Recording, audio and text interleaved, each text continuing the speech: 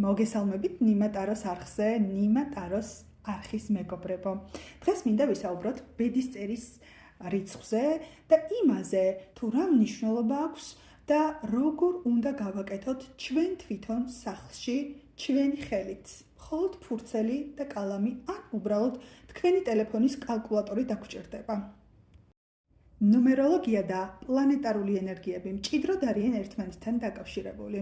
ყოველი ციფრი ციკლიდან 1-დან 9-მდე გარკვეული ვიბრაციის მატარებელია, რომელსაც ასტროლოგიაში კონკრეტული პლანეტა მართავს. მაგალითად, თუ შენი ბედისწერის რიცხვია 1, ესე იგი შენს ცხოვრებისეულ გზაზე მზის თვისებებია წამყვანი. და მაინც როგორ უნდა გავიგოთ, რას ამბობენ პლანეტები შენს პიროვნებასა და ბედისწერაზე. ბედისწერის რიცხვის მისაღებად ჩვენ ვიყენებთ შეკრებითობის პრინციპს. ესე იგი, შენს დაბადების დღეს ვუმატებთ დაბადების თვეს და წელს და სწორედ ასე მივდივართ შეკრებითობის პრინციპით ერთ რიცხვამდე, როგორც ეს ნაჩვენებია ეკრანზე.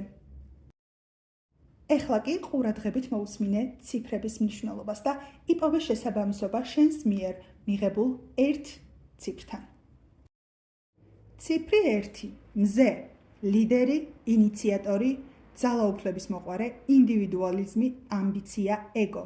ციფრი 2, თვარე, პარტნიორობა, ინტუიცია, დიპლომატია, ემოციურობა, გრძნობელობა. ციფრი 3, იუპიტერი, შემოქმედებითობა, ოჯახი, ფული, ზრდა, ოპტიმიზმი, კრეატივი, თვითგამოხატვა. ციფრი 4, ჰარო, სტაბილურობა, შრომა, კანონი, ჩარჩოები, დისციპლინა, სტრუქტურა.